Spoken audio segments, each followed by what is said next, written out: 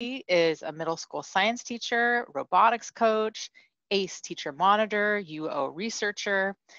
She will really get you guys set for a successful day. And again, I can tell that you've got the hang of the Q&A feature, so go ahead and share your questions and Stacy will be able to take your questions. So Stacy, I'm going to stop sharing and hand it over to you.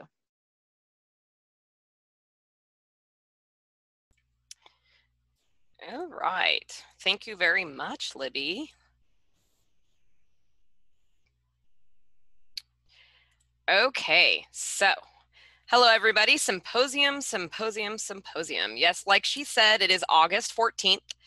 It is a requirement that everybody has. Your mentors should be aware of this, but also always a good thing to remind that you have a presentation to give on your summer experiences coming up towards the middle of August. But let's keep it in perspective. The main purpose of the symposium is for you to showcase your accomplishments, share your enthusiasm, and really practice communication. A huge part of any research or any engineering field or any professional field is that ability to present.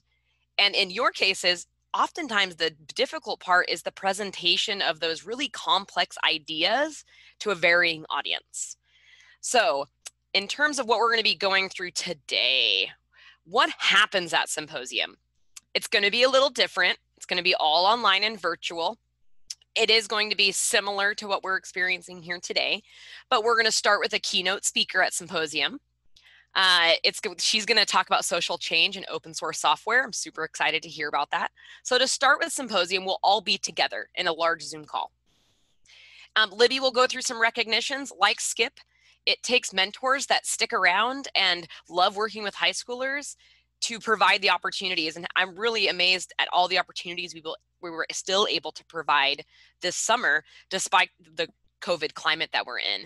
So we do need to take a moment during Symposium to recognize those individuals that are keeping this going.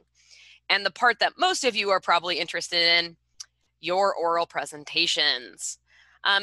Everybody's at a different point. Everybody's internships experiences are always different, but even more so this year. So the theme for this year is really just showcase your accomplishments, share your enthusiasm, and really tell us about your summer journey in an oral presentation. So what am I going to go through? Today I'm going to talk about, one is your symposium attire, Zoom etiquette, and kind of what some good presentation techniques are. Two, the importance of a symposium title and registration and dates that are associated that are coming up in a couple of weeks. Three, what a lot of you want to know is just what are the required specs? Like, what do we have to do for our oral presentations? And then once the symposium is over, you still have a couple more things that we need to do for ACE, and that's the summary and the thank you letters. So let's go through this. I'm actually going to skip this slide. She's really good. This is the girl that like puts a lot of useless engineering things on her YouTube page and has really done a great job. And it's really all about sharing your enthusiasm. But when I practiced this presentation, I really was pushing my time frame. And what you really want me to get to is the next slide. The reality, though, is presentations are pressure, but preparation and practice are key. And to share the enthusiasm and to be true to your experience, much like what you heard in the college talk. And she talks a lot about this. So let's get going. One is symposium dress attire. So this is actually an image of former ACE interns presenting. Obviously, in a Zoom format, we are not head to toe visual. So it's really waist up needs to be a professional attire. Please don't go spend a lot of money on this. You can borrow clothes from people, go to Goodwill. It's only one day if you don't own the clothing. But you are representing the business or association that you're interning for, and you do want to put on a professional attire for the day, for sure. In terms of some Zoom etiquette and like tips, I am notorious for speaking way too quickly. I am really working to not do that right now. And it is a lot of pressure and very difficult for me, especially since if I go slow, I tend to say a lot more ums and likes than if I'm speaking at my normal speaking speed, which is a lot more like this. This is generally how I talk, and that is too fast. So really practice this idea of speaking clearly. I know my virtual background's weird. But headphones can really help on Zoom calls if you have that ability, because it really does isolate your voice away from any ambient noise. And that will help with that volume, but practice. Practice speaking and your presentation so that you're able to do it clearly with proper volume. This is a hard one. Try and look at the camera, not at your face to see where you're at, or not like at your slides. You're speaking to the audience. And in this case, the only way to look at your audience is to know where your camera is and be like, hi, camera, not looking over here or, up here. So try as much as you can to look at the camera to communicate with your audience. But at times you're going to have to look side to side. Mind your surroundings, the amount of light, the sound that's going on around you. I have 4 hound dogs. They are outside right now.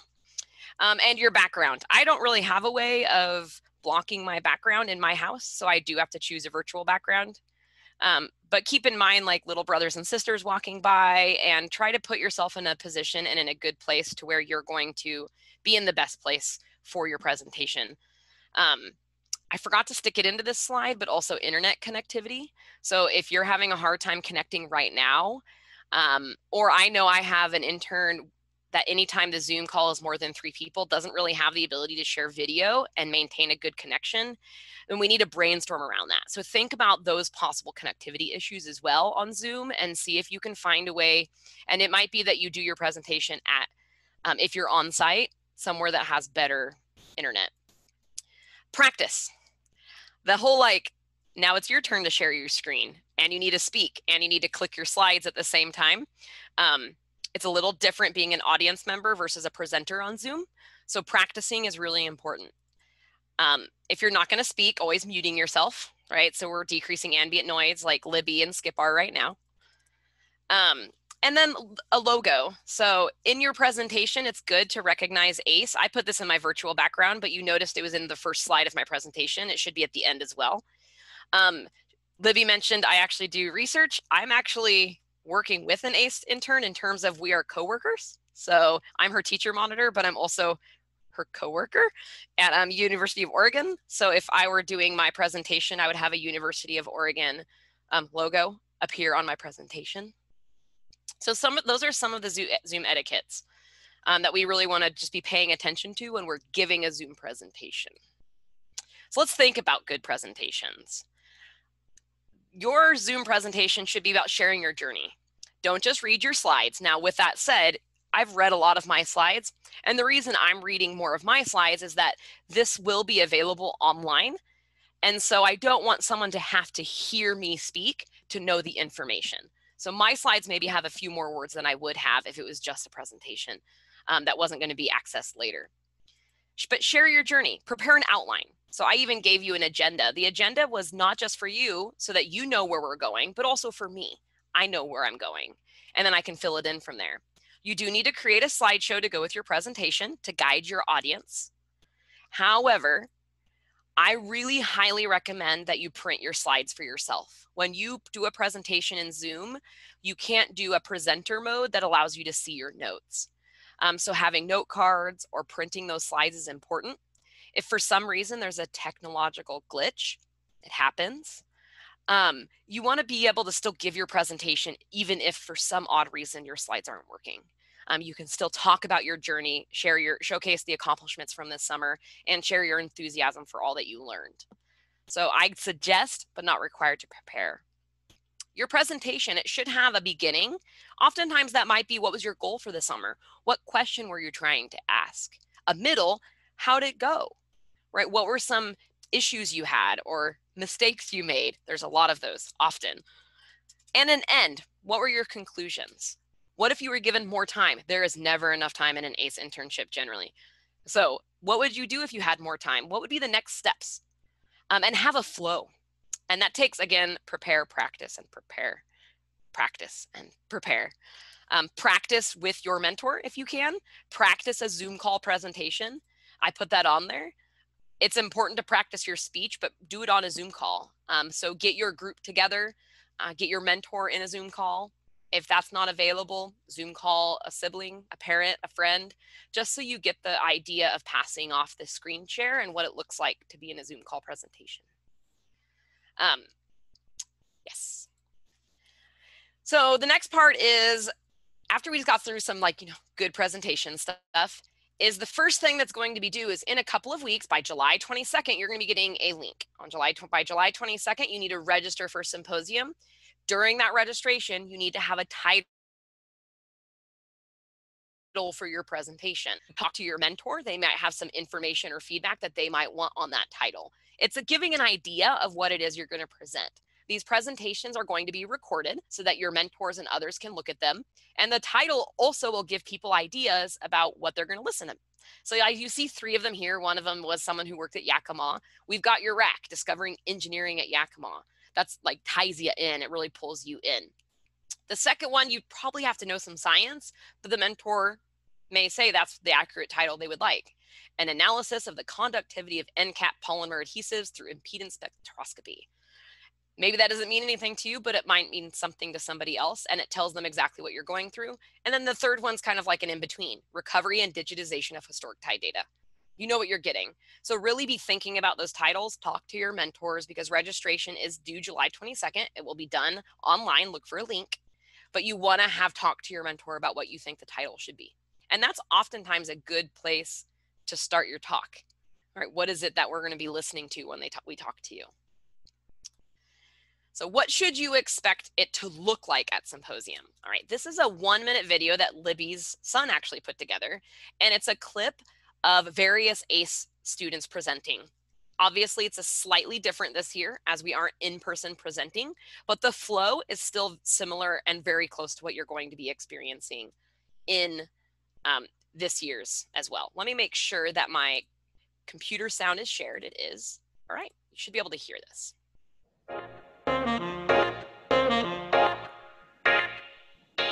Our first speaker this morning is Lauren Haynes. Lauren is a student at Jesuit High School. She did her research under the direction of Dr. Elliot Spindle and Dr. Lindsay Shorey.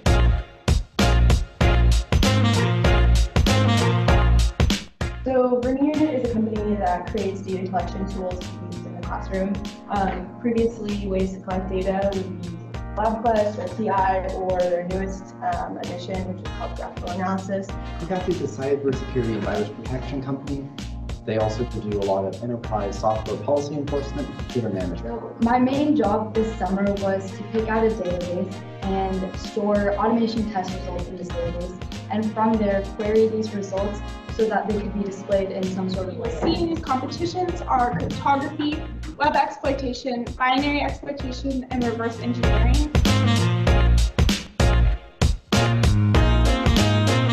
Thank you for listening, and I'll be happy to take any questions. So what you can see is you'll be introduced. So you'll actually be in smaller groups, and I'll go over that in just a bit. You'll have an order of presentation, so you'll know where you're at in the order in terms of presenting to prepare yourself. You'll be an audience the rest of the time during the symposium. You'll be introduced, you'll present, you'll thank definitely Saturday Academy and where you're interning, and there'll be a section for questions. You won't be standing in front of people, but you will be giving a practiced presentation. So this is the question that many of you were asking in the questions already. Okay, just what are the specs? What are the requirements for this presentation? One of the questions in the Q&A was the virtual background. I simply have a virtual background because my house is very small and I have no way of blocking the behind me, and my children walk back and forth, and my children do not like being a part of Zoom calls. So I've created a virtual background to block all of that information. You don't need to do that. Just be mindful of your background. Don't have your siblings running back and forth, or your mom and dad like peeking over and waving hi in the video. That's fine. You don't have to pick a in fact, you can see the virtual background isn't always great. It can be distracting.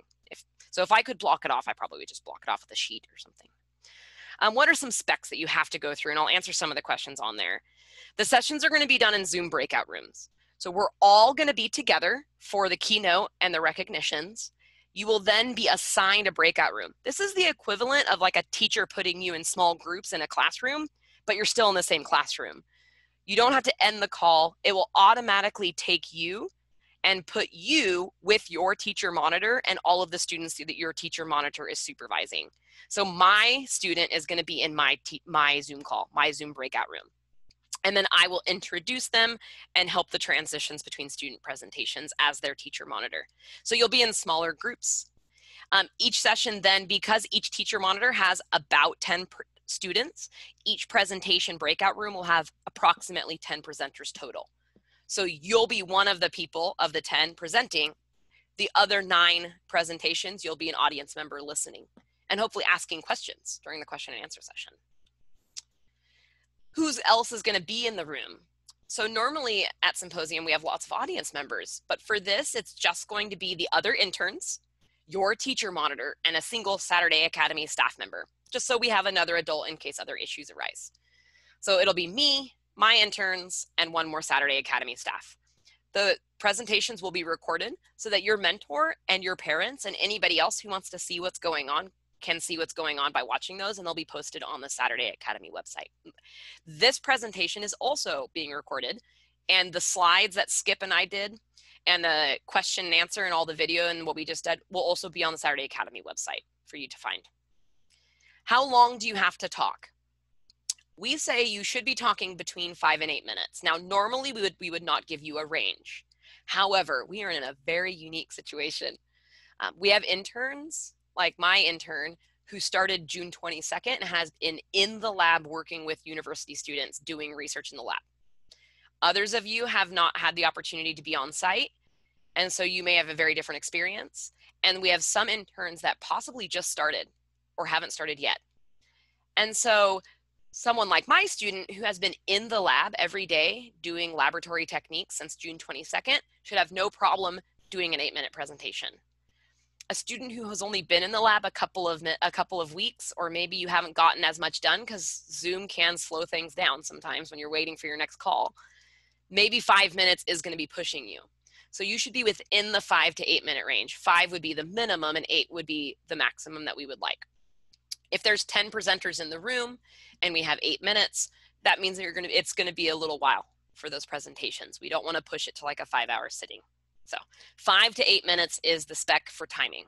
So practice, like I said, I just cut that slide out earlier for you because I was very much running over on time when I was practicing. So I decided to cut that slide. After you're done, there will be about 2 minutes for questions and answers, but as you can see in Zoom, sometimes you need a bit more time. So that would be on average, about 7 to 10 minutes, which means that once you put in transitions, it'll take about 2 hours to do the full presentations after the keynote and the recognition ceremony. The next one, joint talks, are they allowed? Yes, in the video we just watched from Libby's son that he made, there were multiple students. However, this is going to be a little different this year. In the past, if 2 students worked doing the exact same internship, they definitely would present together. Oftentimes, they would spitball every other line. That's not really possible in this format.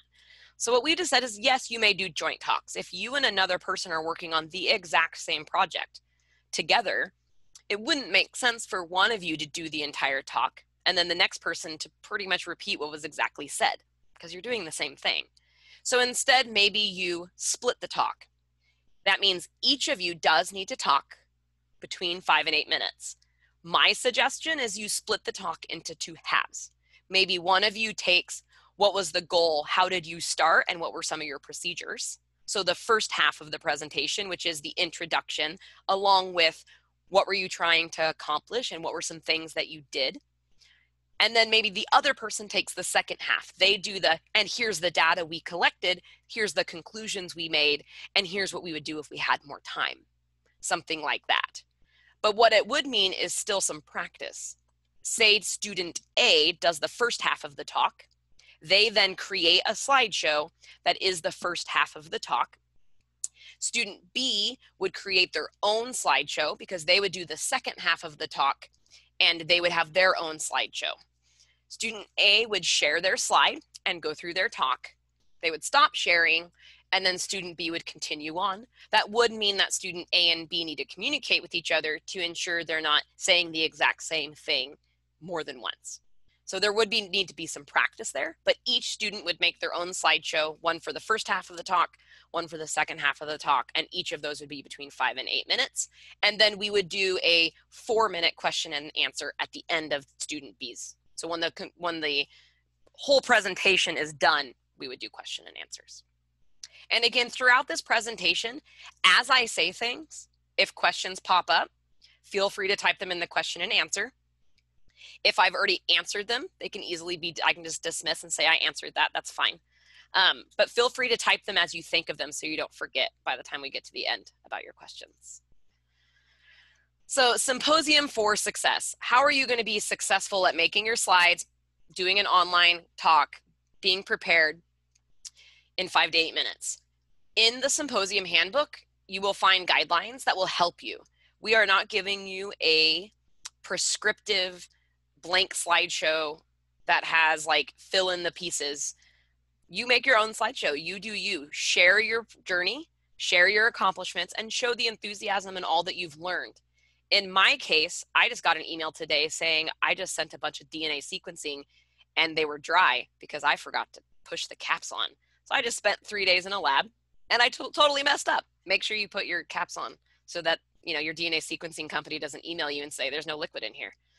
So those types of things, include them. They're a learning experience. And in research, you mess up all the time. That's how you learn. Your teacher monitor has a lot of experience. A lot of us are experienced teacher monitors. Ask them for help.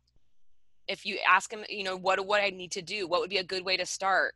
They're there for part of your journey and they can also help. Your mentors. A lot of mentors require their interns to make presentations to the lab group. So ask them for help in the presentation. They're very experienced. That's why we do the symposium. Much of the professional research part of it is presenting what you've done and having skills and experience in doing that. So ask your mentors for help. They're a great source of help for making these slides and going through these presentations and this talk. So again, you see the website down at the bottom. My slideshow and this talk and everything will be put on that website as well. So I'm being recorded. Yay. Once you complete the symposium on August 14th, you've done your 5 to 8 minute talk. You're like, whoo, hopefully you had a great and awesome experience. In your internship, you learned all sorts of things. I know last summer I learned 42 ways to not clone an E. coli and 1 way to get it done. It was great. I learned a lot. We have a couple more things that are required for ACE. One of them is the summary report. Please don't freak out about this. It is due by August 19th, so just 5 days after symposium. But when you prepare your symposium talk, you'll already be preparing the answers to these questions. It's really just in your own words, what work did you do? What contributions did you make over the summer? And it shares most of the content with your talk. And it's a form that you fill out. So once you have your talk down, the summary is just a form that you'll fill out. That's very prescriptive. They ask a question, you type an answer. Not something to worry about, but something that needs to be done. And the last thing is really, really important. That is expressing gratitude to your mentors. A lot of them really, really fought to try to find a way to give you an experience. And how amazing is that of them? So when you express gratitude, that's the thanks that you need to say. It needs to be personalized and specific. So if you have, say, 2 mentors to write thank you letters, they need to have each their own letter, not the same letter printed twice. That's not personal and it's not true. And specific. For example, maybe you say to one of your mentors, your patience and sense of humor made the long hours seem short. Like maybe one of your mentors just was so enormously patient. And when you want, I know when I wanted to cry, when I couldn't get my cloning working, they just had a sense of humor. They're like, this is part of it. It's okay. And that helped me last summer. Be sincere. Seeing you and other scientists enthusiastic has inspired my own interest. If someone inspired you this summer, tell them it. So be specific, be personal, think of a specific reason, and then give them that gratitude. I appreciate you giving me this amazing opportunity and mentoring me. That is not a bad sentence to say, but then talk about something about the opportunity that you felt made it amazing and thank them specifically for that. Like my PI just emailed me and said, don't worry about it. Oftentimes they go dry even if you put the caps on. Like, thanks. I really think he's just trying to make me feel better for not wasting his $50. But it still felt good for him to say that. And I would thank him. Thank you for, you know, realizing that it's okay when I make a mistake. We will provide you with a letter format.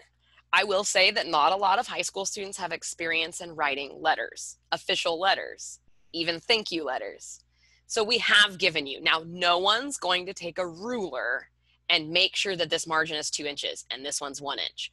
But like knowing that on a thank you letter and on professional letters, you should have margins is important, and not everybody knows.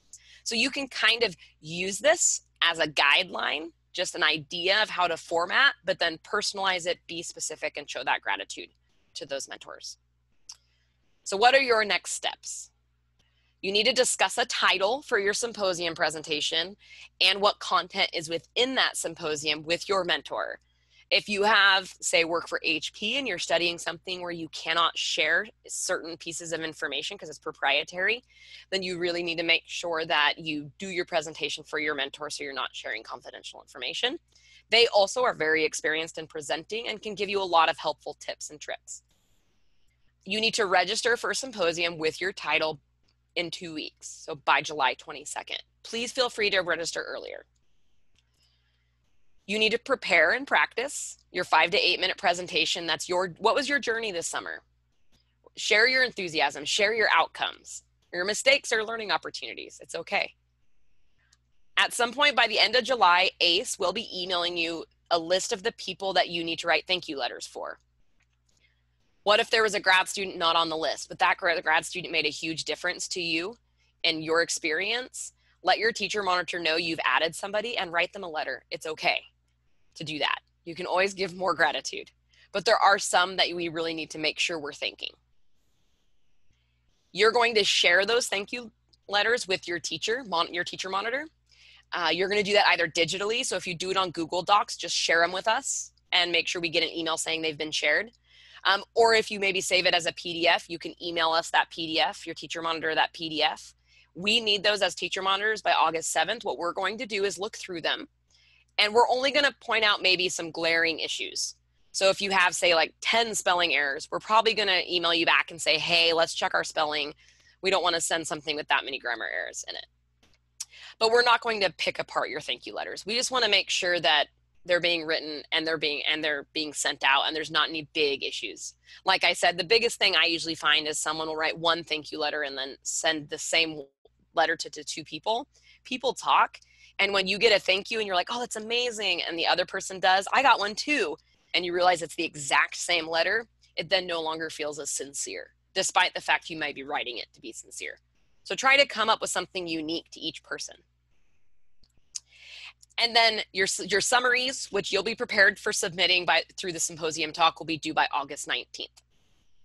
Don't forget, we're here because we want you to showcase your accomplishments. We want you to share. We want you to listen to each other, see what everybody's doing around the state, and just tell us about your journey during these presentations.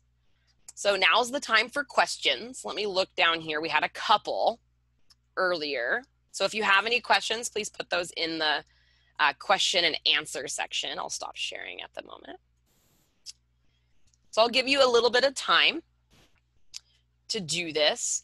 One person said, do we need to use a virtual background? No, and mine even is slightly distracting because my headphones, all of a sudden I don't have ears. And someone like me with some ADHD issues, it was very distracting for me to watch myself have my ears disappear. But just be mindful of your background. Should the letters be typed? Yes, the letters need to be typed because you are going to be sharing them with us. Now, with that said, I had one student 2 years ago who bought this really expensive fancy paper and bought like a hand quill pen and hand calligraphied their whole letter because they knew that their mentor was major into calligraphy, like super geek, like that was one of his things. And so they did not type their letter, but there was a very specific reason as to why they didn't type it. And it was a personal connection that they had with each other as mentor and intern. But for the most part, you would need to type it because you are going to be digitally sharing those with your teacher monitor so we can look them over. Can you please go back to the next step slide? I can. Problem is I was not able to see and this will all be online. Go to SaturdayAcademy.org. The slideshow will be on there, so will be the recording. Okay, it wasn't letting me see the questions while I was on my slides. So let's see if I can actually get my slide to go back to that. Yeah, because that's a good one, right? You can even take a picture of it right now. Is our presentation on our overall experience, or do we present the personal project we created in our internship? It can be either. It can really be either. I think it's good when you do both, right? So when you make a presentation that is a guide of what you did, but it doesn't have to be very robotic. You know, you can create stories within your presentations, but it does need to be within 8 minutes. Again, that's where I would ask for the advice of your mentor as well. Normally, we would say this needs to be a professional presentation you would give with only exactly what you did. But this summer, there are some internships where there's not as much. There's not a lot to present because they were very short. So we decided this summer that it's going to be more, this presentation's more about your journey and what you did this summer, what you learned, and also specifically what your project was. So I might start mine with, hi, I'm Stacy Johnson. I'm working at U of O in Mike Harm's lab. We had the goal of studying green fluorescent proteins and how they evolved to become red. So that's what I'm studying this summer. I would then probably go through the process in which I studied that, the conclusions that I made. But along the way, I might share some anecdotes about, like, one of the things I learned is cloning has protocols, but they don't always work and you don't always know why. And sometimes it feels like you're beating your head against the wall. But we eventually got it to work and it was super exciting. It says, if you could not participate in on-site research, that is actually most of our students. Hold on a second while I get mad at my children for bringing in my dogs. Most of you are not participating in on-site research. We're not very many students who are able to do that. That your presentations should still be about what you did this summer, but you might include personal experience to get to that 5 to 8 minutes. Right? You may not have very much if you've only been doing it for 2 weeks. So we're really trying to open it up to your experience. Start with a beginning. What was your goal this summer? A middle, what did you do? And an end, what conclusions or what data did you gather, if you gathered any? If you never got to the point of being able to gather any data or finish a project, what might you do if you were given more times? What would have been the goal? What are the next steps of this project? In fact, in my experience, sometimes the mentors forget to give you the big picture. You feel like you did this much, and you might have only done this much, but the mentor knows that each year, each student's doing more and the bigger picture of where it's going, and it's good to ask your mentor about that. Is it important to become more acquainted with your teacher monitor? If so, should we include a thank you letter for them? Only if you want to. How connected you are with your teacher monitor really just depends on the group. I've had some students where they really needed me throughout the entire guidance, and they wanted that teacher that they felt a little more comfortable speaking to. And I had other students that I did an initial, I checked in with them, they were all good.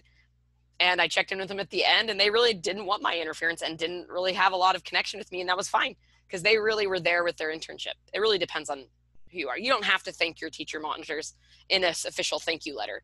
But again, if you formed that relationship and they made a huge impact on your summer, it's okay to do that. I'm okay to get thanks, but it wouldn't be part of the list. When we send you the list, the teacher monitors would not be included. Should we talk about the mentor's overall research? You can if you have the time. So mine is specifically on green. My project I'm studying this summer is on the evolution of green fluorescent proteins and turning into red. I might include towards the end why my group is studying that. So really what we're developing is, do we have the capabilities and do we have the tools to be able to predict protein changes when there's a possibility of over 50,000 options? Because if we can, that opens up a huge amount in terms of evolution of disease. If we can't, then we know that we can't. We can start approaching protein diseases in other ways. So I probably would include that at the end in terms of what's next. But there's no specific, like, here's exactly what it needs to be. It needs to have a beginning. What was your goal? A middle. What did you do? And an end. Did you have any conclusions that were made? Do you have any data? If you didn't, where would you be going next with it? And within 5 to 8 minutes. You'll find 5 to 8 minutes is actually not too hard to fill. You'll probably find that you need to cut some of it down. Some of you. Others might be struggling depending on their experience. Any other questions? Libby, do you want to pop in? I don't know if I said something or if you have other information that you would like. I think that went really well, Stacy. And that page or slide that Stacy shared about how you've got your symposium handbook, that's going to feel new to you because you just haven't had to think about it yet. But it probably feels like ancient history at orientation. I was sharing how on our website there's a section that's current interns. And within current interns, there's a tab that says additional resources. And that is like where you're going to find the handouts to help you with the thank you letters, a link to do your summary, the symposium handbook. And it's also, once we kind of do our post event of today, we will, yep, that's nice. So Current you, interns. yeah, so SaturdayAcademy.org/current-interns, and then additional resources. And you can see there's already the link to register your title. There's a quick, that quick video. There's the handbook, and that will really walk you through some ideas about what the parts of your presentation can be. Also, you can get the logo so that you can include that on your PowerPoint. So that's going to be your go-to as far as, you know, the ACE summary form and the summary instructions and the thank you letter samples. That's all there, in addition to the materials that we shared with you for orientation. So thank you, Stacy. Yeah. Yeah, so definitely visit that quite a bit. And it seems like maybe that's all your questions for now. Yeah, okay. Looks like it. Well, yeah, so we will post today's webinar, and so you'll be able to access that. And just a big, big thank you to Stacy, to Dr. Skip, to Alyssa, to Mar, to Brooke, to the operations team at Saturday Academy for allowing us to gather as a virtual group. So remember, you're going to get us your presentation title. I will follow up with an email that also will have the link, but if you wanted to look at it now, it's already on the website.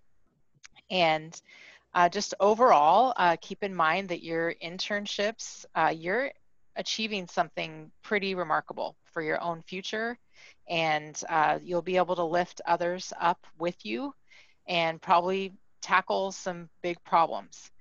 So take care of yourselves. Thank you so much for joining us today at Midsummer Conference, and I'm really looking forward to Symposium. So with that, I will say goodbye. Thank you.